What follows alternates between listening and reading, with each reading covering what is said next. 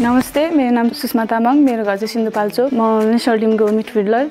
सुषमा पहिलो पटक नेपालमा आयोजित इन्टरनेशनल वुमेन्स च्याम्पियनशिप 2025 मार्फत राष्ट्रिय टोलीमा पर्न सफल भएकी थिइन्। उक्त च्याम्पियनशिप प्रतियोगिता फेब्रुअरी 17 देखि 26 सम्म दशरथ रङ्गशालामा भएको थियो। फर्स्ट टाइम त अब कस्तो हुन्छ थाहै थिएन, अब सेलेक्सन हुन्छ भन्नु नि त।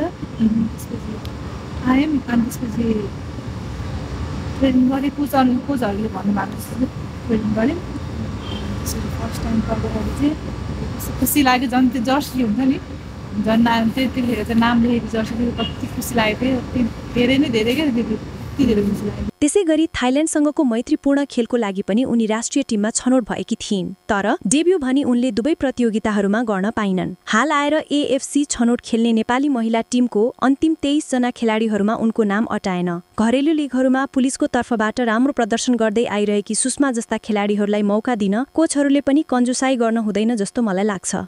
खैर, अझ धेरै राष्ट्रिय खेलहरू बाँकी नै छन्। आशा छ आगामी दिनहरूमा उनी र उनी जस्तै हुनहार खेलाडीहरूले चान्स पाउनेछन्।